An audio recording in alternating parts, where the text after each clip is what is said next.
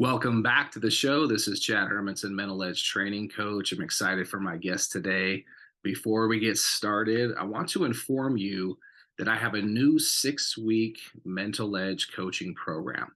I've been testing this program with some former minor leaguers and a major leaguer, 6 weeks on this tool that I learned at the Life Coach School. It's called the self-coaching model. And what this tool allows you, it's really an awareness tool. And so I started utilizing this tool quite a few years ago, and really has been brought to my attention more once I went through the life coach school.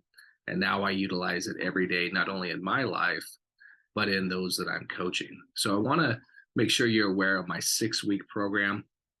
You can gather more information. And what I like to actually offer you is a free mini session. Not many people are familiar, or even know what coaching is about, or really have ever done it before.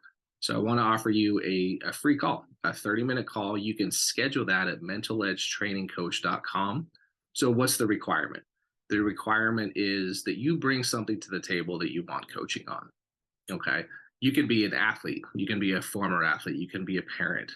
What I do ask, however, is, since we're kind of working in a professional manner, is if, say, you're a baseball player and you're under the age of 18, we need to make sure that a parent sets that call up, right? We need to make sure that that's all good to go. The call's over Zoom. And if things go well, right, if you feel like I can actually help you and help you work through a particular issue and you want to move forward, I'll offer you the opportunity to work with me in my 6-week program. It's one-on-one, and we're going to go through a whole bunch of different things to get you on track. I want to see where you are at today. I want to see where you want to go in your life, or where you want to go with this particular issue. And we're going to work on the gap, right? That's basically causing you not to get the results that you want. So again, check that out. You can DM me, you can message me, however you reach me, whether it's through social media, or you can email me at chad@mentaledge.coach. But I want to make sure you're aware of my new 6-week program. These minor league players are loving it. They wish they had this tool, and I could certainly understand, because once you start to understand the tool, you start to understand how to start working through your kind of thoughts, right? Your feelings, your emotions in life, and why anytime we have problems in our life, it all relates to our thoughts. So make sure you check that out again at mentaledgetrainingcoach.com. Now, today, we're going to be talking to a journeyman, Jalal Leach. Jalal Leach resides up in California. He's a California dude, spent years and years in the minor leagues, and finally got that call up to the big leagues after spending quite a few time. I believe he was 32 years old, over 10 years in the minor leagues before he got that call. So we're going to hear about his story, what that call up was like, and the grind that he went through to make his dream come true. So enjoy this conversation with Jalal Leach. All right, Mr. Jalal Leach, how we doing, man? I'm good, and yourself? I'm doing good. I'm doing good. We're recording this on Valentine's Day, and we were just joking.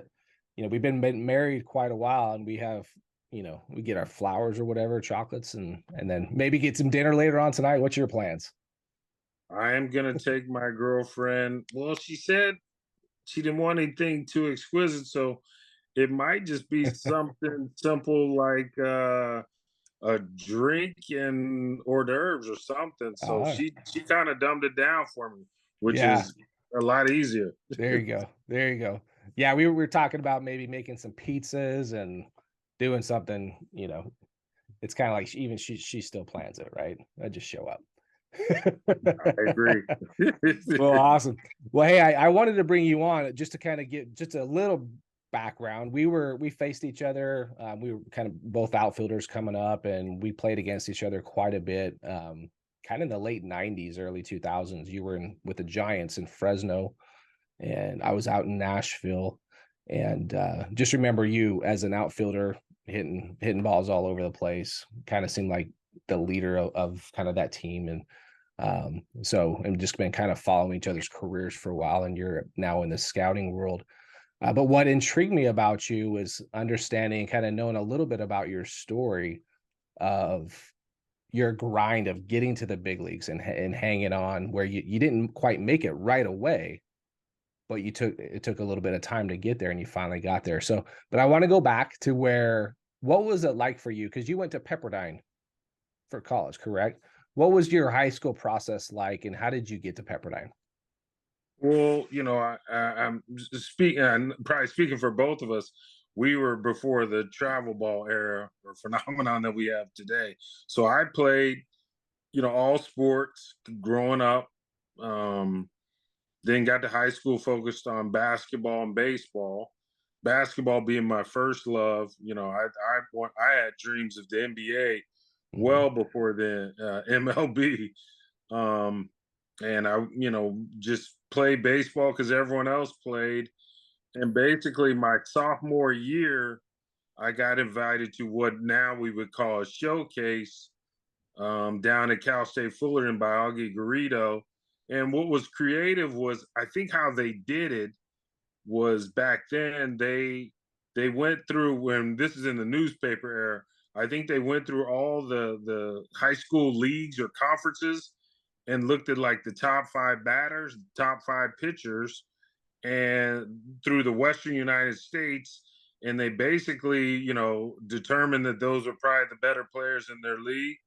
And they sent an invite to your high school to the athletic director saying that you have been selected for this camp at Mhm. Fullerton. So it seemed like a big deal. And then you go in, the athletic director calls you in and goes, "Oh, we got this letter inviting you to this camp, all-star camp at Fullerton." So of course, as a youngster, you're all excited. Take it home, show your parents, and it's like, "Please, can I go?" And it was paid. So I mean, we had to pay. Yeah.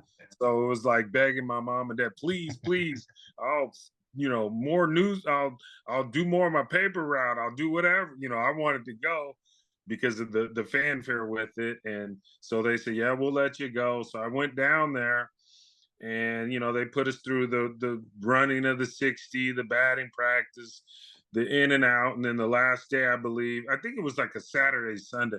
And then on Sunday we played a game. They had some kind of simulated game going. And I just went and did my thing. And the last day, Augie comes up to me and he goes, "Where are you from? Nevada?" I said, "No, Novato." He goes, "Where's that?" And I said, "It's just north of San Francisco." And he goes, "Man, you're pretty good at baseball. You better stick to it." And I remember saying to him, "Baseball is my secondary sport." I said, "I'm a basketball player. I just Mm. did because I got the invite." And he goes, "You might want to reconsider." And so I remember when I got home, I told my parents about it. And my dad said, "Well, what do you think?" I'm like, "Well, he said I was pretty good at baseball and this and that. So maybe I should focus more on baseball." But I said, "I'm not giving up hoops." So Mhm. basically, my sophomore year was when I kind of transitioned more into baseball away from basketball. And that's when the recruiting letters start coming, the interest from the pro teams for the draft, and on and on and on. Okay. That's outstanding. Yeah, so you kept playing basketball, and it's interesting how one guy that I guess with at that type of stature, right? Because you're kind of going into it with cold feet. You don't know really what is going to happen, but a guy of Augie Garrido's stature said, "Hey, man, you're pretty good."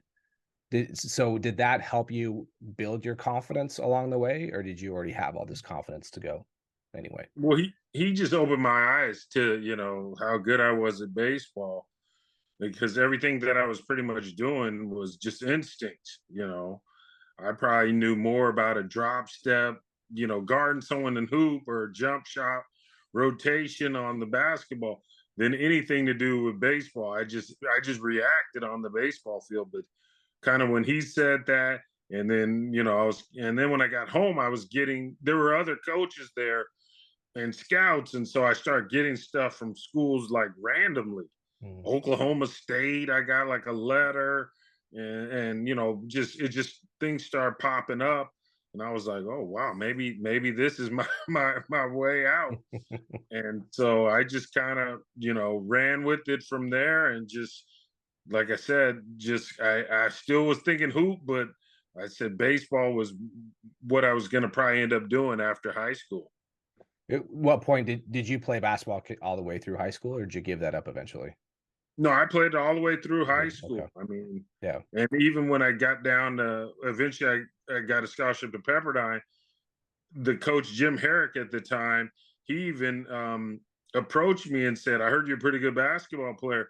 Do you want to come out?" And I'm like, "I'm a 6'1", 6'2" swing man." I said, "I don't know if that worked in the Division I hoop level." I said, "I'm not a true guard, so I could just jump." That's how I survived in high school. And he was like, "Okay, okay." And I was there to play baseball. So by then, Yeah. I was completely done with it. And my freshman year, we just went to a Kings game here, and one of my old college mate, Doug Christie, the longtime NBA player, he's coaching for the Kings. Well, his first year at Pepperdine, back then they had that Prop 48 rule. If you didn't have a certain, I think it was SAT, uh, uh, what was it, GPA, you had to sit out. So All right. So you graduate, right? You get done with high school. At what point did you start to become a prospect? And you said like scouts are already looking at you your sophomore year in high school. What was your senior year like in high school with the pro scouts? Well, my dad, rest in peace, God bless his soul. He pretty much scared me straight into just going to college. So I never even considered the draft or any major league baseball. So he basically told the scouts, "You'd be wasting a draft pick Hmm. if you take him out of high school because he's going to college." So pretty much anything he said went. So I didn't even get to think about what the draft may have been or not. And in all frankness, it was best for me to go to college because, as we know, once you get into pro ball, it becomes your job pretty quick there. Yeah, And if you're no not doubt. ready to handle it, it can be tough in the early stages. Yeah, absolutely. So you get to Pepperdine, right? And you're kind of what year was this in Pepperdine? Give guys people an I, idea. I was an incoming freshman in '87, but I played the seasons of '88 through '90. 88 through 90. Okay. So a little bit before with Steve Rodriguez and guys like that, just local Vegas guy out here that I can't remember what year they won that championship. I'm sure you do. When did Pepperdine? 1992. They were all freshmen my junior year. So we stunk my junior year, did not make a regional. And I said when I left, I said, if you guys don't win a national championship in a couple years, you guys are all trash because they basically all played as true freshmen and we took our lumps. And lo and behold, 2 years later, they end up winning it. So it was kind of cool to see all that come to fruition. So Okay. So it, you it see you led the charge, yeah. right? That was all part of it. So yeah, there's a couple guys out here. Steve Rodriguez, he doesn't live here anymore, but Chris Sheff, a hmm couple guys that are part of that team. And so you went through Pepperdine, you had that experience. So now on the pro scout side or these guys start talking to you what, your junior year, senior year? How does that all happen for you? Yeah, so my junior year, going in, the I guess the interest had ramped up, and my coach started saying, "Hey, teams are really high on you," and taking you at the time fairly high in the draft. So again, my dad took the lead, and this is all pre-internet, and he did his due diligence, his homework on vetting out agents and value for where you should go. He had it all. I don't know how he did it, but he had it all dialed in leading into the draft. So that was, it was a tough year for me my junior year because you know, I was used to people there watching me play, but not watching every single move I made from soon as I came out of the locker room till I jogged down the left field line to go to the cage, just to warm up. It was like someone was there always watching. So that was kind of odd. And then I Mhm. got off to a slow start. And then my coach, Andy Lopez, he just kind of yanked me in one day and he said, "You need to quit worrying about all this other stuff going on and play your game." And that kind of settled me down. And I mean, he got on me. It wasn't a pat on the back. he lit into me like, if you don't start playing, I'm gonna put you on the bench. I Right. don't care who's out Pull your there. head out, right? Yeah, you got Some it. version of that. Yeah. Yeah, Eddie Lopez went on to do some incredible things, right? Went to Arizona and did some stuff there. So now, did you come out your junior year? I did. Come out your I junior did. year. Yeah, the Yankees drafted you, right? I had the 7th round in 1990. Is that correct? Yes, sir. All right. So tell us about you. Now, so you're drafted. College is over with. You get into the minor league system. Tell us about um, kind of the grind of the minor leagues for you. What was that all about for you? Well, for me, when I signed, like everyone, I don't know who came up with the notion, but it was everyone. If you don't make it in 4 years, then you'll go back, finish school, or get a job. It was pretty much a done deal. So, once I got in there, playing in the New York Penn League, Oneonta, then going to Fort Lauderdale for a season, then Prince William in the Carolina League, and then Double A in Albany Colony, and then getting to Triple A in '94. I was moving up every year. So once I got to that, excuse me, year 4, I basically, it happened so fast. And I remember when the season ended, and my dad said, "Okay, 4 years, you're not in the big league, so you ready to give it up?" And I just kind of looked around. I'm like, "No." I'm like, "This is way too much fun to give up." And I'm at the highest level of the minor league level. Um, so for me, I just kept on. We're getting paid to play a game, so nothing topped that or beat that. So I just kept pushing forward. Mhm. Um, with that, and lo and behold, I bounced around to what, three more different organizations, before getting to the big leagues, 12 after spending 12 years in the minors. Yeah, it's 12 years in the minor. So you get up to AAA, what, roughly around 25? That sound right? Mm-hmm. Sometime around there. So you're with the Yankees still at that point. Mm-hmm. And then how many years were you in AAA with the Yankees before you went over to the Giants? So I spent 94 AAA with the Yankees, 95 AAA with the Yankees, 96 I was in Double A and AAA with Montreal, 97 AAA with Seattle, 98 traded to from signed back with Seattle. The minor league free agency kicked in. So signed back with Seattle right before spring training, traded to San Francisco, um, and got released. That was 1998 at the end of spring training. Didn't want to go to independent ball, didn't want to go to Mexico. So Brian Sabian, who I knew from my Yankee days, Mm-hmm. he said, "How about you go coach, be a hitting coach in San Jose, but I want you to still train like a player." So I would get to the ballpark.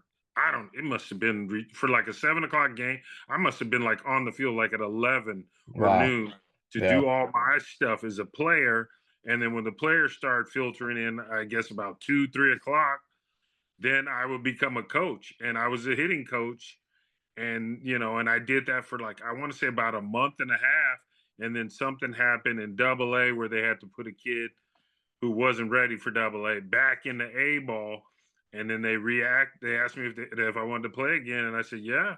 So they reactivated me, and I went back to Double A, for like, I want to say about 2 months, and then I got back, and I ended up finishing in Triple A.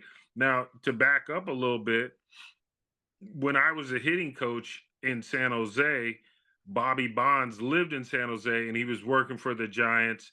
And basically, I got to be really close with him. And I asked him about, if there were things he could help me with my hitting, because I told him my story. I said, "Hey, I've been a journeyman in the minors, and I can't get over the hump." I said, I think the powers was keeping me short. So basically, he watched me hit for a week. And I mean, this is straight old school. Mm. And I miss senior to death. I mean, this is where you guys smoked around the batting cage. Players smoked. So, like, he's leaning on the batting cage, watching me hit one day. He's got a cigarette hanging out of his mouth, and he's not saying anything. And then, like, 5 days later, he comes in, and here's another old school thing. He had a magazine, and the magazine had the like baseball card side profile of Mark McGuire and Sammy Sosa. And he said of their batting stance, he said, "What do you see?" I said, "Oh, they have their index fingers off the bat." He goes, "That's why you're not in the big leagues. That's because you're losing power." And I was like, "That's it?" He goes, "That's it."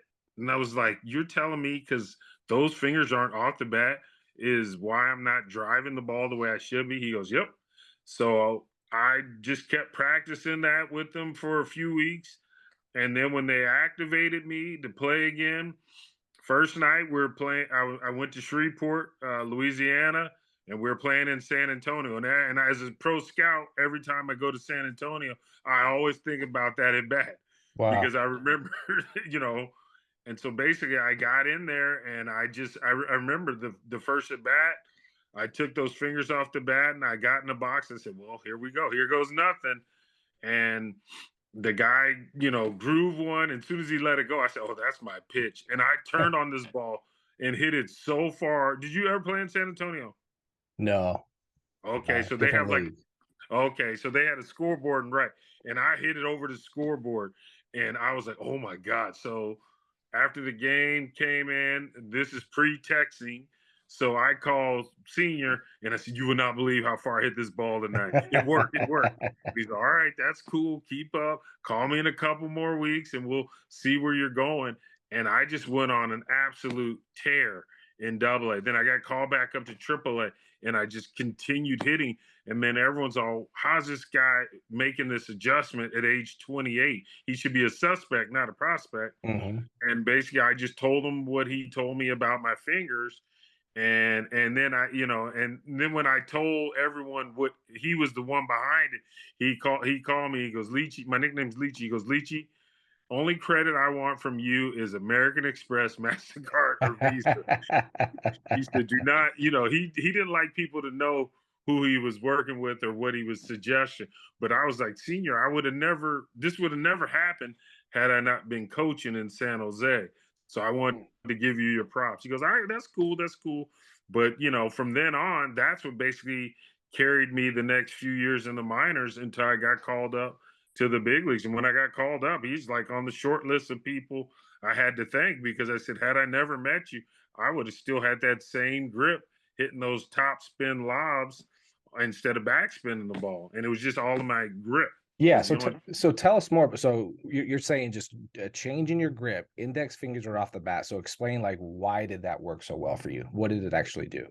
Well, the way he explained it to me, it was like he said, "Think about when you go fishing, when you're excited and you go out." And he says, "You want to, if you want to cast a rod for distance." He goes, "But sometimes I said, "Yeah, when I go fishing, the first cast, I don't usually get it out there as far because I'm squeezing the rod because, I'm excited." So he said, "Yeah, okay." So he said, "Think about if you let your index finger out, what does that do to your wrist?" I said, "Oh, it makes my wrist loose." So he said, "Okay." So the same concept, he had me hold the bat. He said, "Put a fist around the bat." And I put a fist around it. And he said, "Just kind of waggle the bat." And he goes, "Okay, you see how that feels?" And I'm like, "Yeah, I feel it." He goes, "Now let that finger out." He goes, "You get a little more tilt in the bat?" And I said, "Yeah." He goes, "Well, that tilt is what's going to give you that extension, that snap." So by me taking those fingers off, basically when I went to swing and hit the ball, rather than being in I'm trying to do it over the zoom, over a rollover position at point of contact, I had more palm up, palm down. Okay. And as we know, with palm up, palm down, that's going to make you backspin the ball if you strike it correctly. Versus if you got that top hand kind of rolling, that ball's going to spin down. And that was basically it.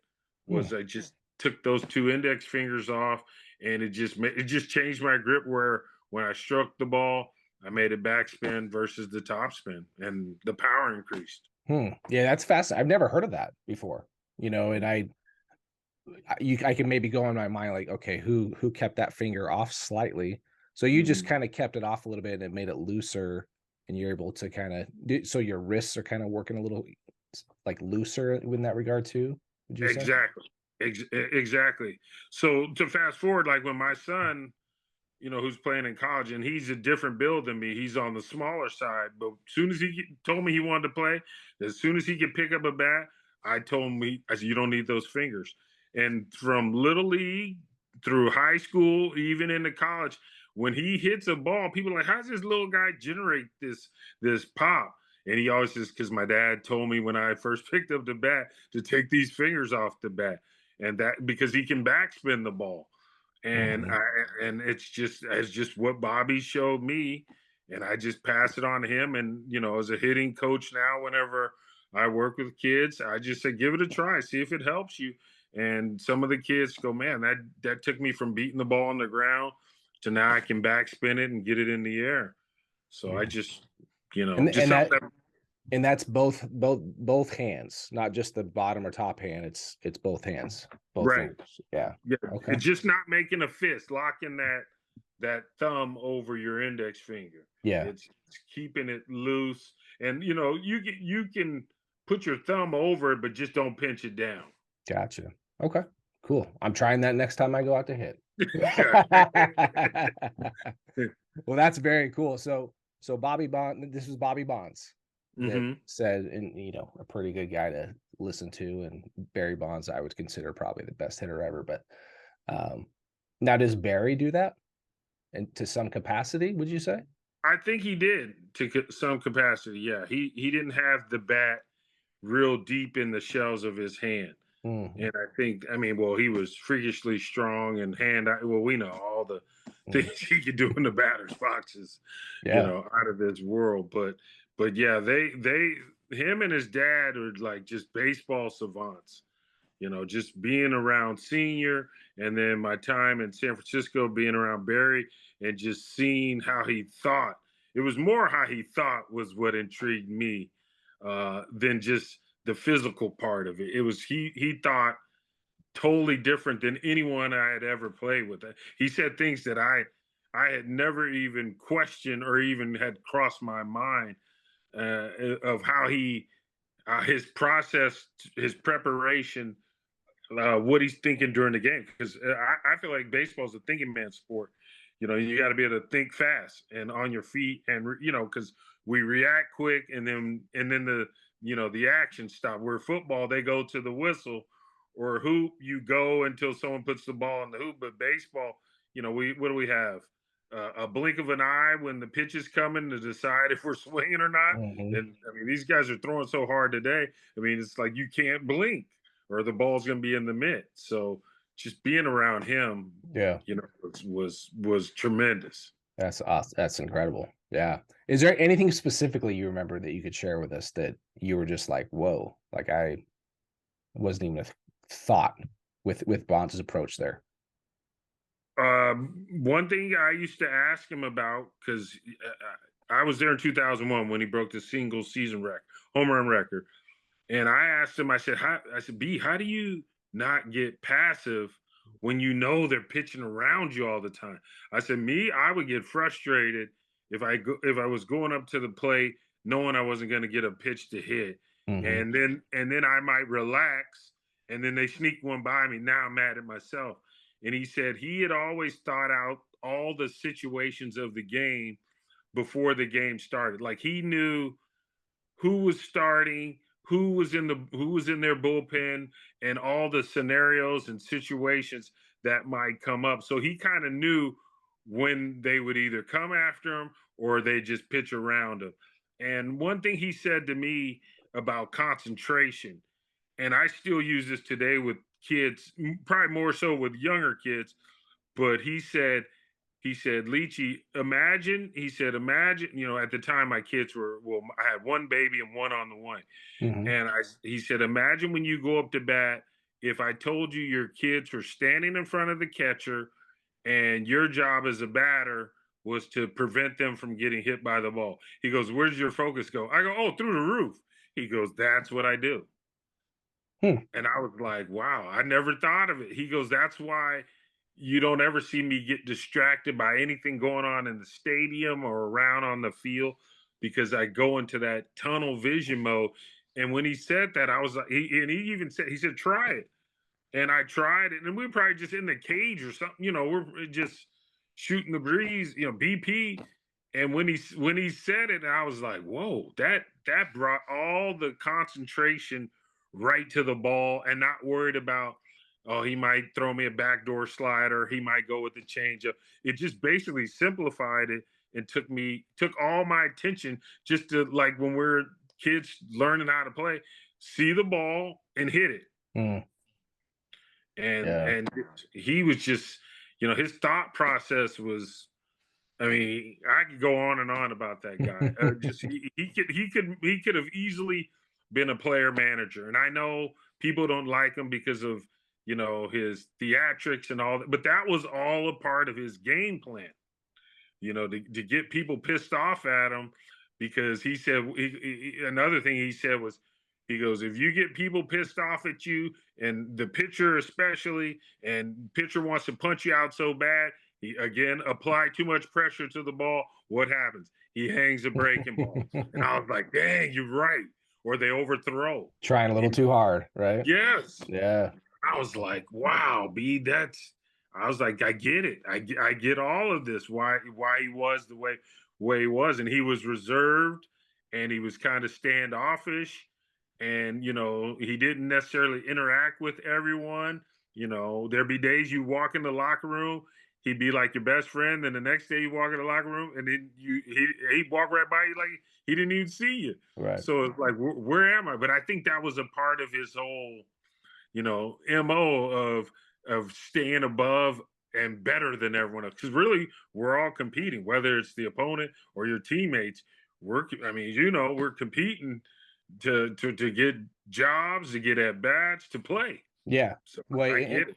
and it makes total sense that you say that, just because of who he is, right? And you hear about that, like the all-time greats, like some of them just had this extra, let's just call it their mindset of they're so above it all, and they're kind of playing games, right? I had an experience like that with another player, that he would just kind of walk past you in the hallway, and like you're the only two there, you're like, am I invisible? Right? Like you can't even say hi type thing. Right. And I'm like, and then you kind of think about it later, you're like, is he just so locked in that he doesn't want any outside source coming to him or any distraction? He's so focused, right? Which that's kind of what I tend to believe without Mhm. a person telling me that. I'm like, oh, they're just in a whole different, like they're locked in all the time. There's no like breaks, right? Right.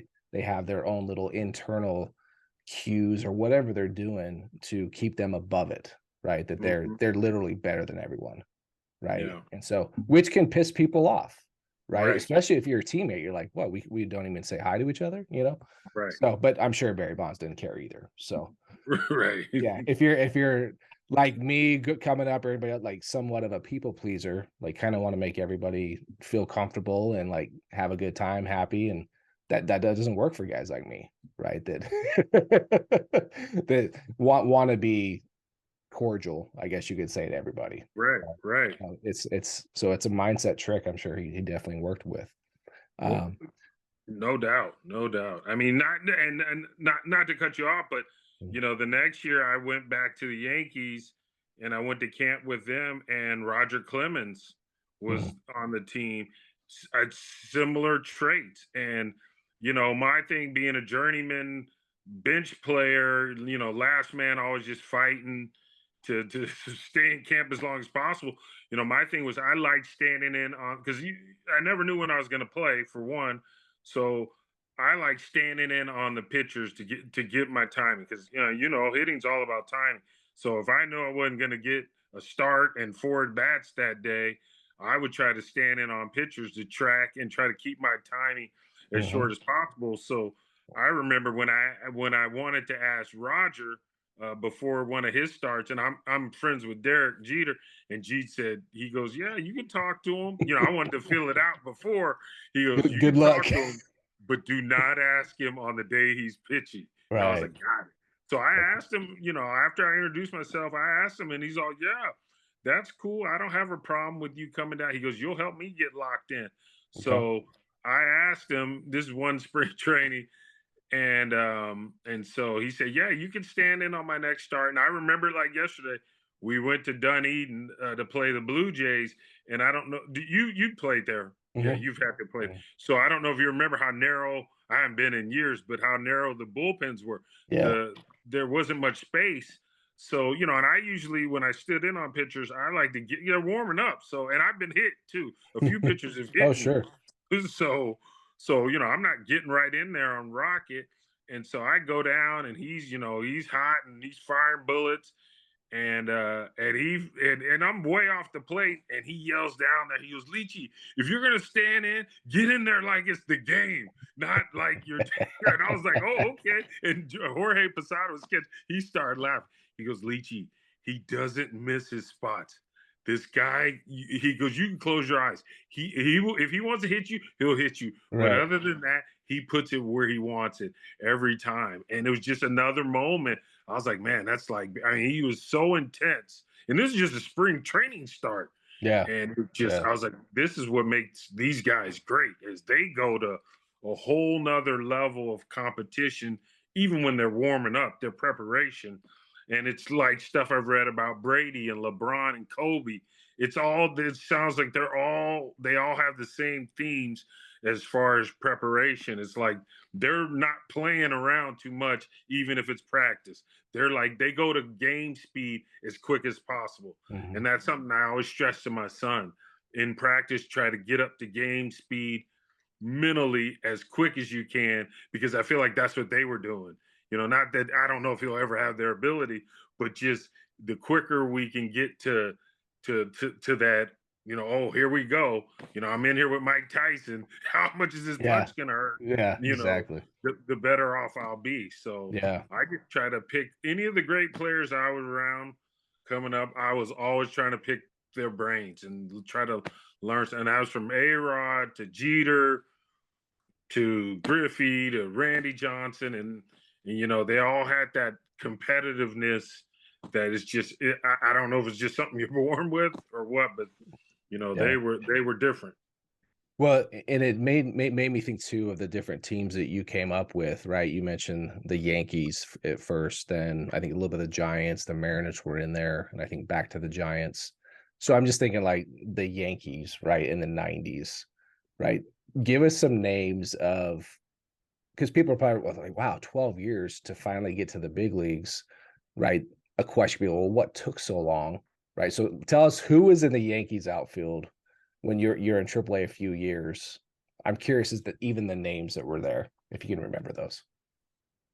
There was Bernie Williams, there was Gerald Williams, there was Daryl Strawberry sighting, Paul Neal, Mhm. Danny Tartable. I'm trying to think who else was ahead of me. It was Mel Hall. Mel Hall. That's a Wow. name. Pass. Dude, you're dating yourself now. Yeah. I mean, there were so many guys, Yeah. in the Yankees system, and then guys that I was coming up with, from Mhm. Jeter, Pettit, Posada, Mariano, Rivera, Russ Davis, JT Snow. And I think the best athlete, and he got to the big leagues, of all of them, if you would have thought that anyone was going to be a star, was a guy named Ruben Rivera. I don't know if you Yeah, remember him. totally. When I went Oh, to Mexico, well, I played against him in AAA a little bit. But when I went to Mexico for a month, he was on my team. Just pure raw power. And I don't know how much of it was legit, enhanced, if you will, but mhm. he was, yeah, I know exactly what you mean. Yeah, he was a freak Yeah. athlete. I mean, he could do everything on the field. I mean, it came easy. I mean, it literally came easy to Ruben, and it's a hard game to play. I mean, he did get there and got a little time, and I played with him. He was younger than me, so he was Mhm. kind of always a little bit behind. But you could see from a scout standpoint, you could Yeah. see why everyone drooled over him. The tools were sick with Ruben, but Yeah. tools are I remember in Mexico, and this is like big league career's over, right? And I think roughly, I think he might be a couple years older than me. He's probably what, 48, 49, getting close to Mhm. 50 maybe. Um, but in guys that can like just leave the yard, Oppo and BP, and do it pretty easy, to me that's pretty special, right? Mhm. He was doing that in Mexico, and I'm like, wow, this dude's just a different level of strength, to him. So I'm thinking of also now Seattle, right? I'm thinking you're playing behind Griffey, Buhner, um, Tino Martinez, who's in left field, It might have been Jose. They were trying to give it to Jose Cruz, Cruz Jr. Cruz, Shane Monahan. It probably, I don't know if he Mhm. was after you or not, um, but Griffey, Buhners, they were there for quite a while, and Mhm. then you go over to San Francisco. Right now, we're talking Bonds. Probably, they always just had incredible outfielders. You know. Yeah, Marvin Bernard. Well, Mhm. Sean Dunston, Eric Davis came in at one point. They had prospects that they were high on: Jacob Cruz, Dante Powell, Calvin Murray. God, they Yeah, had some yeah, too. yeah, Well, there were a lot of outfield everywhere I went. yeah. there, So there, the point is, right? Like you got to make some noise, right? You got to make some noise in AAA to even get that sniff. And so you said, I believe it was 12 years, right? Mhm. Then you get the call. Tell us about your call up story. For me, well, and for me, when I got called up, in 2001, we didn't, the AAA season was coming to a close. At the time, we played at Fresno State. We shared with the Mhm. college. So at that time, I think football had just started. So our last two games of the season, we had like a night game Saturday, off day Sunday, and then our last game was on Monday. And I think we were off Sunday because I think there was a football game or something. They had to use the field for something else. So rather than us playing Saturday and Sunday and being done, we had just this day off. So Mhm. after the game on Saturday, at the time I was living in Sacramento, or still living in Sacramento, I basically packed up all my stuff, and it's about a 3 hour drive, and brought everything home because the season was over, and they had already made their initial September 1 call ups. So the last day on Monday, and we were out of it. We weren't going to make the playoffs. So basically, I just asked my dad, and I didn't bring my family back down because my kids, or my daughter was a baby, and my son was coming after the season. Mhm. So I just had my dad drive down with me, and we basically just drove down, gonna play the game, and then turn around and come right back home. Just make it a long day. So we and no BP, nothing. We just showed and went the show and go. Show and go. And Yep. so get there, go to cage, get a couple flips. All right, let's play. And the game was going, and they were out of it. I think, who were we playing? Maybe New Orleans. I think it was New Orleans. Yeah, Mhm. because the Astros were in there. I think. Yeah, I'm almost Mhm. positive it was New Orleans. So we're just playing out the game because they're done, we're done. And I end up getting a couple hits. I think I even hit a homer. And I'm kind of another season gone by, not another year, no chance at the big leagues. My numbers were just okay that year. And so I'm just sitting there, and I remember at one point sitting next to our trainer, Rick Limbo, and just kind of venting to him during the game about, man, another year I didn't get called. I'm just speaking out loud, Yeah. and he's just sitting there, and then he gets up and walks away. And I'm like, man, the trainer won't even listen to me complain. He just I'm Barry like, Bonds, you man. yeah, he just straight big league. So I'm like, all right, forget Limbo. Yeah. So we finished the game, and typically I'm slow to undress after the game because I want to wind down, process the game, whatever I did. And so I knew we had that 3 hour drive back. So I hurry in, and I'm like the first one in there, and I'm like tearing off my uniform. I'm gonna say bye to everyone real fast because I just want to get on the road with my dad and get back to set. And so Mhm. I get in there, and in the locker room back then, we had these we had the trailer for locker rooms in Fresno. I see the locker rooms of kids now. We were in an actual trailer. Yeah. Yeah. And so Shane Turner, who was my manager then, and a little backstory about Shane. Well, when I was the hitting coach in San Jose, he was the manager. Okay. So I went from being his coach to player to now he's going to call me to the big league. So he comes storming in the locker room, and he's yelling at me, Leach, get in my office. You missed some signs. He's gonna like he's making this big old scene. And I'm like, Shane, you're really gonna fine me the last game of the season for missing friggin' signs? Are you kidding me? And that wasn't the language we used, but Yeah. you know what we use. So he's like, get in my office. And so I go in there and he's like, close the door. So I close the door and I'm like ready to argue with him. Like, I can't believe you want to freaking take money out of my pocket the last day of the season. And he just starts going off. He's like yelling at me. He like top of his line. And then in the middle of it, he goes, and by the way, if you want to play for the Giants tomorrow, you need to be in San Francisco tomorrow. And I was like, what? What are you talking about? And he goes, you heard me? And he's like, his voice is Yeah. elevated. And he goes, you need to be in San Francisco tomorrow. It's a 7 o'clock game. And I was like, then the tone came down. And the hitting coach is in there, Mike Hart, who I've known since my Yankee day. And I'm like, Hardy, is he playing with me? Or are you guys playing a prank or something? And he goes, no, they're both like, no, you're going to the big leagues. And so everyone was kind of listening at the door. And then when I opened the door, I had a smile, and then a big old cheer came out. Everyone knew, God, this guy been in the bushes for 12 years. So that was a cool moment. And then I had the clubhouse guy run and get my dad. And, he thought something was wrong with me physically. He's like, Mr. Leach, you need to come into the locker room. My dad's thinking I'm having a heart attack. He comes in, he goes, what's up? What's wrong? What's wrong? And I said, I'm going to the big leagues. So he was like, oh, wow, they're calling you up. So we had a moment there. That's awesome. Hugged it out. And so, that drive back to SAC, I'm calling all my friends in and out of the game, telling them I'm getting a call one of my best baseball buddies. He's still like my brother today, Kevin Jordan. He was in the big leagues with the Phillies. And, KJ was lecturing me and don't go up there, make sure you do this and, stay yourself. And I'm so proud of you and happy. So, and that was my first roommate when we both first signed with the Yankees in 90. And we're still brothers, fishing partners, camps together to this day. So I just talked to him today, or texted him today. Yeah. So that was it. And, and the next got home and, was so excited and couldn't sleep. And it just, I just couldn't believe that it was really going to happen. So we drove into San Francisco the next day. And at the time, when I was married, my ex-wife, she was like, they put you up in the hotel for a week.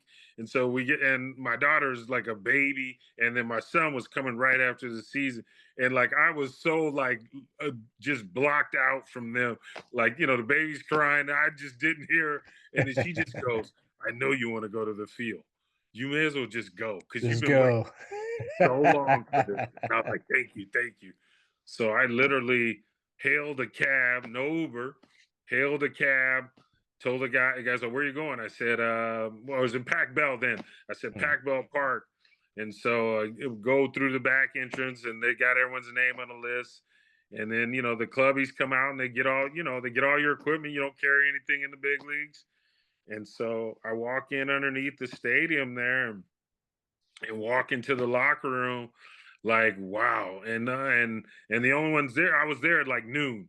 So the clubhouse manager, Mike Murphy, I stopped in his office and he goes, hey, I know you spent a long time in the bushes. He goes, I'm not typically rookies get a high number, but he goes, I'm gonna give you a regular number because you earned it. You earned it.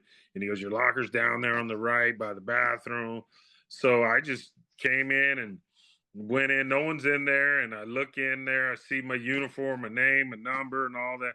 So just like a kid in Little League, I put my uniform on and went in the bathroom and looked in the mirror. Yes. Take some selfies, right? Yeah. I wish we had the camera phone. And I was just so excited. And then, and then I was like, all right, you got to take all this off before everyone comes in. And then I'm just sitting there in my locker because I'm really early. And then Dusty comes in and he looks in the locker room. He looks left, looks right to see who's in there. And he looks right and he just starts laughing because he sees me sitting in my locker. And he goes, I should have known. Yeah. You be in here ready to go. That's you already right. got your pants on. And so he goes, get in my office. So I go in his office. He congratulates me. And he, kind of told me my role, mop up. And so he goes, don't ask me to play. I'll tell you when to play. I know you want to play. But, we're still in the pennant race. So I said, okay, babe, I'll always be ready. You know me, I'll be ready for any situation, anytime you call my name. And he goes, I know, but just stay ready and just do your work and congrats again. So then all the guys started coming in and everyone knew my story. So that was cool. Mhm. And and I just B came over, Kent, JT. I knew JT from our Yankee days because he was drafted by the Yankees as well. And just got out there and just kind of did my thing and waited for him to call my name. That's awesome. And then so this, you said it was 2001. So speaking of Bonds, you get to watch everything that's happening during that year, Yes. So when I right? came up, he probably was at low 60s home runs, his home run Mhm. total. And so, when he came up to bat, it was like must see TV. I felt like everywhere we went, the whole stadium stopped. The peanut Yeah. vendor stopped selling peanut. Everyone wanted to watch him hit. No one was walking around. It was like everyone was like focused on this guy's at bats, and it was a sight to see. I mean, it was like the kid is like the big 12-year-old kid in Little League that you thought the 200-foot fence was Hmm. way too short, but this guy's doing it at the highest level, which was insane. Yeah, So absolutely. it was Eh, fun to watch. Yeah. And so this is 2001 and you get some at bats. Tell us about your first at bat. Well, the first day I got summons to pinch hit. We're playing the Diamondbacks, and so I got all the way on deck, got all fired up, ready to go. Dusty called me back. And we had a phrase, I don't know if it's politically correct to say it, but I got all ready, worked up, ready to hit. And then he called me back. And then I go back and I was like, and then Sean Dunston and Eric Davis were like two big brothers. Yeah. And they took care of me my whole time I was there. And they were like, you got, that phrase. And I was like, man, I was so ready to hit. And then he just pulled a plug on me. Yeah. And so they just were laughing. So I was like, all right, whatever. I'll be ready to go tomorrow. Because he had already announced me in the game. So he pinch hit for the pinch hitter. So I Okay. was scratched. Yep. So Yep. so then I was like, dang, first day, my family's there, Yeah. grandparents, everyone, and they saw me come out and all excited. Then I got yanked back. But I get it. You're trying Yep. to win games.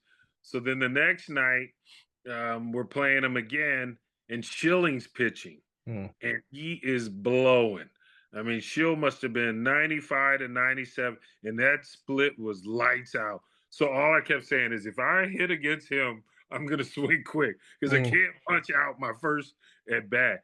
So we got to the fourth, and Levon Hernandez was pitching, and he was struggling a little bit. So basically said, "Hey, this is gonna be it for Levo, and you're gonna lead off next." And I think I might have said me, like I Yeah. questioned him. He was ready to put me in the game. He goes, "You're gonna hit lead off for Levo next hit," and I'm like, "Me?" He goes, "Yeah, it's you." And so I was like, "Oh my god, okay, this is real now." This is And it. so Sean and Eric, they're over there taking bets on if I'm gonna throw up. So, and I said, I'm not gonna throw up. I said, I might have to go to the bathroom a lot, but I don't puke. I said, I won't throw up. I said, and they're like, yeah, right. You gonna throw up right now? I said, I'm not gonna throw up. So, Mm. I just kept running back and forth to the bathroom. Inning, it was like the longest half of an inning. It felt like it was an hour long. And then, Dusty said, all right, here's your chance, man. Mm. And so he said, you've been waiting a long time for this. So, I just came out on deck. And I guess the cool thing about San Francisco, from the dugout to the on deck circle to the plate, it's not a far walk. Yeah. Yeah. Whereas like Dodger Stadium, it's like you're walking a half of a mile to Hmm. the plate. So it was like, okay. So I get in and and then the crowd started standing, and I was getting a standing O. I sensed it, but I'm thinking, I don't, I'm not going to tip my cap. This is my first at bat. I ain't been here long enough to be tipping a cap. Yeah. Yeah. So But I'm that's just cool thinking, that they know, right? Like yeah, this guy's yeah. been, yeah. No, it was awesome that they knew, and we were in a pennant race. Barry's chasing the home run record, so it was standing room only. It was a Hmm. packed out house. So that was cool. So I get in and, they're shilling out there, grunting and snorting and, you Hmm. know, striking everyone out. And all I'm thinking is, man, if Shield comes across that plate with a hard one, I'm hacking. Yeah. Because that split finger, all I see him do is fastball, fastball, split, sit down to everyone else. so so I just get in there and he groove one. Mm. And as a hitter, when the pitcher lets go of the ball, as I'm sure you know, is when it's your pitch, your eyes like get bigger than life. As soon as he let it go, I was like, "Oh my God, that's my pitch! That's coming right where I want it in my wheelhouse." And he fired it in there, and I started to go, and I started my swing, and then as I see ball coming in. I know we don't actually see the ball hit our bat, but I start my swing, and when I felt it hit the bat, I was like, "That's not on the right spot." Mm. Hmm. And it was out on the end, and I was like, "Oh, that's the end." And I saw it come off, and then I started saying, "Bloop, bloop, bloop," And so Reggie, I think it was Reggie Sanders was playing for him then. Mm. And then, I was begging for a hit, but it was just a routine pop up. And so he caught it. And then I ran behind the mound, and Schilling said something to me. And to back it up, Kevin Jordan, who's really good friends of mine, he played with him, and Kevin and Schill played together in Yeah, Philadelphia. that's right. So they had a relationship. So he called KJ like after the game and said, "Man, your boy got his first big league AB against me." And I gave him a cookie, and he popped it up. And I was like, "Man, I wish I'd have known he's gonna give me a cookie, because I'm looking on the edges. I'm Yeah. looking split finger everywhere else but where he threw it." And so, that was my first at bat. And it was just, once I think my feeling once I got in the batter's box, it reverted back to Little League, high school, college. It's like I've done this so much. You're just in a different stage or arena, but the batter's box is the batter's box, and the pitcher's standing out there with the ball trying to get you out. So it's Right. just my instincts kind of kicked in, Hmm. and that was kind of it that day against Schilling. So it was a lot of fun. Yeah, that's awesome, man. That's such a cool story, and you made it, right? There's so many Yeah, guys in your position that are probably many as well, that they were kind of journeyman in AAA, right? They played and they just didn't get that call, right? And probably think about it all the time, right? I know I have some buddies that are kind of that way, and they just wanted bad. That's all they wanted, right? right. So then your career, you were, I believe, what, 32 at that age Yeah. when you got that call up, and then how much longer did you play after that? I bounced around a few more years. Where'd I go? Back to the Yankees in 2000. That was 2001. 2002, I was with the Yankees in AAA. 2003, I think I started in Mexico, then came back to Seattle, Tacoma, Seattle's AAA. Hmm. And then 2004, I went to spring training and was released out of spring training from the Cubs. Um, and then went to Mexico, and then that was a wrap. So 2004 was my last year in Spikes. In Spice, yeah.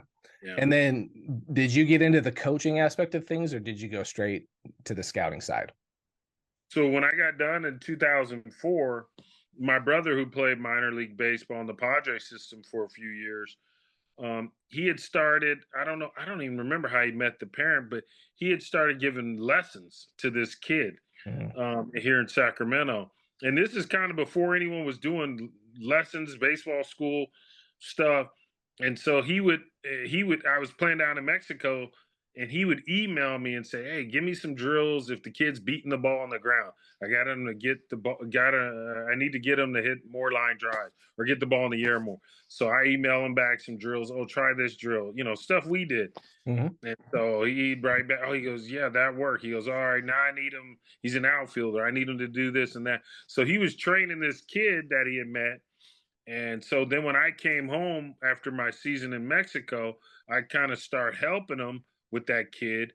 And all of a sudden, we were at this high school field on Sundays charging the kids. I think it was like I don't know if we called it a baseball class or clinic or whatever, but we went from this one kid, and then by the beginning of the fall, I think we had like 40 something kids out there.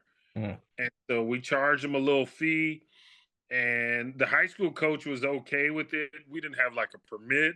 We didn't know, we had no business plan. We didn't know what we were doing. So, but all of a sudden we had all these kids coming out, and we're just showing them. He pitched, so he's doing the pitching, and then I'm doing the hitting and the defense. And so it's like we're just training these kids on Sunday, and everyone just started getting better and better. And then, the word just spread. And then we got the winter, and people were like, well, what are you guys going to do now? It's winter time, and Mhm. the weather's going to change. And so I went and found a already existing softball school in West Sacramento, and I went to the owner and asked her, what would it cost to rent a cage here? Because we have these kids that we've been training, and they want to keep training with us through the winter. So I negotiated a cage rental fee with the owner, and we just kept getting kids on top of kids. And then by the next year, it was like we had so many kids. I told my brother and my ex, I was like, we should just find our own place and Mhm. open our own spot. And they were like, you think? I was like, no, look how many kids we have. And we did a little mock business plan. And so our parents' church, they had a warehouse behind the church, and we went to the pastor of the church and asked him, what would it cost to retrofit this warehouse and then rent it from you, to do our base. We told him what we wanted to do. Mhm. And so we worked it out with them, and we basically just hit the ground running. And I had a buddy, I don't know if you remember a guy named Mark Holtzmer, left-hand pitcher. Mhm. I think he pitched in the big leagues with Seattle and the Angels. Well, when he was playing still, he had opened with four other guys that play a baseball school in Denver, Colorado, Yeah. called Slammers. They're still going strong. Yep. And so Holtzy was like, Leachy, come out, spend a couple days with me in Denver. I'll show you the back end, how the business works. And basically, me and my ex-wife, we went out there, and he showed us, all the pitfalls and what you need. And he goes, when you start, since you're starting small, he goes, you don't need all the pitching machines because you can throw. He goes, you and your brother can throw. Once you guys start, making some income, then you can add all the Right. bells and whistles and things. So he goes, you know what a cage looks like. You've hit in them forever. So basically, we just, visualize batting cages, how wide, how far the nets, we wanted them, and we just came back and dumped our savings into this project, and I basically lived there. We Okay. called it the shop, because Yeah. it was like the sweatshop. In the summer super hot, and the winter's real cold, and we just started training kids, and word of mouth, we just kept getting kids on top of kids, and no one was really doing a baseball school at the time in the Right. greater Sacramento area, where now, God, I don't even know how many there are now. But it was like we were just ahead of everyone in doing this, and we literally were open 7 days a week, and we did that from 2004 to 2019 was when we sold. And we went from the lessons to the travel teams to back to the lessons to helping the kids get to college. Mhm. uh, some of the boys got drafted, and last year, we had the 13th kid reach the big league that we work with, and we were like, what are the odds, Yeah, that's of incredible. these kids? Mhm. And I would say the most famous kid would be Reese Hoskins, the first baseman on the Phillies. I gave him lessons from ninth through the 12th grade, when he was in high school. Mhm. Eric Thames, the real Vegas, he's in Vegas, real muscular guy. I coached Yeah. him on a travel team. And Ryan Kryler was the last kid to get called up. So we just put the kids on the track, showed them what we learned, and they just kind of ran with it. And we had a lot of fun. The travel team was great. And for me and my brother, it was always more than just baseball. It was connecting, because we were children or products of the Boys and Girls Club. Because when Yeah. our parents worked, that's where we went after school. So we just wanted to make it like a safe haven for anyone and everyone to come in, hang out. People knew where their kids were, and they knew they were safe.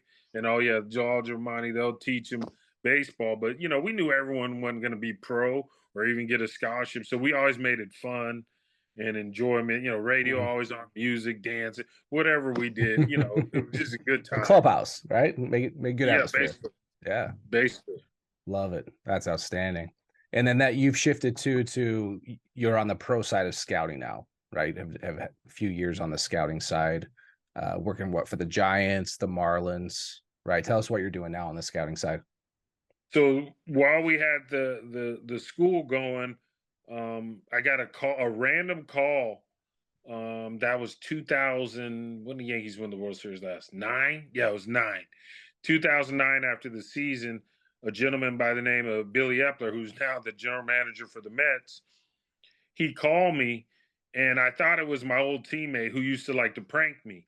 And I was just going to my facility. He goes, "Hey, this is Billy Epler, assistant general manager, scouting director for the New York Yankees, and I'm calling to speak to Jalal Leach." And my buddy, his name is Rich Barnwell. He was one to do stuff like, and I was like, "Barney, I don't have time for this, bro. I got to get in here and get to work." And so I was gonna hang up on Billy, and he's like, "Don't hang up." No, This is real. This is legit." And I'm like, "Who?" Billy Epler. And he goes, "You don't remember, or maybe you do." He said, "When you're playing independent ball up in Canada years ago, I tried to sign you when I was working for the Rockies." And when he Mm. said that, I was like, "Oh yeah, I do remember you." And I was like, "Wow." And he goes, "Yeah, we've got a pro scouting job open, and your name came up, and we wanted to see if you're interested." Well, I'd been out of the game, for I don't know, 6, 7 years. And so I was like, "Pro scouting, what's that?" And so he kind of explained it. And I think I asked him, "Can I do it part time?" He goes, "No, it's kind of a full Mm. time gig." Hmm. And so I called a few people that I trusted that were in the game: Dusty, Hensley Mullins, and then Gary Hughes, who's a longtime scout that I Mm. knew. And I told them what they were offering me. And they all, before I could get a word in edgewise, they said, "Do it, get back in. You're gonna be good." And Gary's like, "You're gonna be a good scout." I'm like, "I've never scouted anything." He goes, "Don't worry about it. You'll figure it out." And Yeah. I was like, "Well, I guess I should take it." So that's when I started, was with the Yankees. The year I started was 2010, and I was there to 2015, and then I went to the Giants, and I was there from 15 to, I believe it was 18, and then I went from 18 to 22 to the Marlins, and then just recently back to the Giants again. So the pro scouting is what I've done. This will be my 14th year Hmm. as a pro scout. Yeah, and tell the audience. So, what does it mean? Like with the amateur side, right? You're given a territory, right? You get a couple states and a territory to go scout. What's the pro side like? How does that work? So with the pro scouts organizations, well, what I do has nothing to do with the draft. We're scouting players that are already in pro ball, whether they're in A ball, all the way up to the big leagues. So some organizations will do league coverage. So like guys may have the Cal League or the NL East or West or whatever, or you can do organizational coverage. So like this year I have the Yankees, Baltimore, and Toronto. So I'm basically responsible for all their affiliates from the DSL all the way up to the big league team. So I guess the difference between pro and amateur scouting is a volume of reports, where a Yes. pro a pro scout, you got to write up everyone. Amateur, Everybody. you may go to high school and write up one kid, or Hmm. college, a couple of kids. However, and the difference is the draft versus trades, free agency, or release players. So yeah, pro scout is where I started and where I've been. But I've always been interested in every component of the game. Just how teams are built and made. Yeah, that's awesome, man. Well, John, this has been awesome, right? It's been very cool to hear your story and see kind of where you come from and all the way through, and been in part of some type of major league organization for a long time. And so, from a quick hitting standpoint, any tips or advice? Like you talked about the index finger off the bat. Any other like one nugget you could give a potential hitter that might be listening to this call? Don't miss the fastball. Don't You miss the gotta hit the fastball. fastball to That's play. right. I mean, if you can't hit the fastball, I'm sure, I know there are outliers, guys who can survive on hitting breaking balls, but I always stress to the kid, hitting starts with hitting number one. It's Hmm. the fastball. So if you can make sure you get yourself on time and in position, however you do that to hit that fastball, you're giving yourself a chance to hit. Because I feel like with hitting, you're not going to hit this nasty breaking ball. You'd be happy if you could foul it off. The breaking balls that are damaged are hangers or Hmm. mistakes by Hmm. the pitcher. But if you can consistently uh, um, hit the fastball, you're going to give yourself a chance. Another thing that I look for in with right hand hitters, and I'm looking at it for a major league level or standpoint, is adjustability with their swing to be able to hit the ball the other way. Because as we know, 2/3 majority of the pitchers in baseball are right-handed. So if you're a right-handed batter, that right on right slider or breaking ball that's breaking away, if you can adjust and show some kind of resemblance of going the other way, for me, I can hang with you a lot longer as a prospect or Hmm. developing prospect than if you're dead pull. Because I feel like if you become so one dimensional where you're just lift and separate, I mean, you played it, it can make for a short career because these guys today can spin that ball and move it away from you so fast. It can make for a short career. Thus, that's why you always see teams kind of value a left-handed hitting shortstop over the right-hand hitting shortstop. So just Yeah. really, but really just hit the fastball. Hit the fastball, man. Yeah, hitting coaches tell you that all the time. Absolutely. Yeah. Don't miss it. All right. Well, Jalal, man, I appreciate your time coming on here. Great story. When you get out to Vegas, let me know. We'll play some golf. And best of luck to you in the rest of your career. Thanks for having me, Chad. I appreciate it. Absolutely. Take care of yourself. We'll see you. All right. Hope you enjoyed that conversation with Jalal. Great dude. He's been around the game for a long time. Great call-up story. Just shows like you just keep grinding it out, right? It's sometimes his dad had told him like I'm giving you 4 years, and he was already at the top of AAA. And he's just like, no, I'm gonna still keep going, right? And it still took a few more years after that to get his call up. So kudos to you, Jalal. Congratulations and best of luck in your career and all the scouting parts of what you're doing to help build a championship team. So thanks for listening, and we'll see you in the next episode. Take care.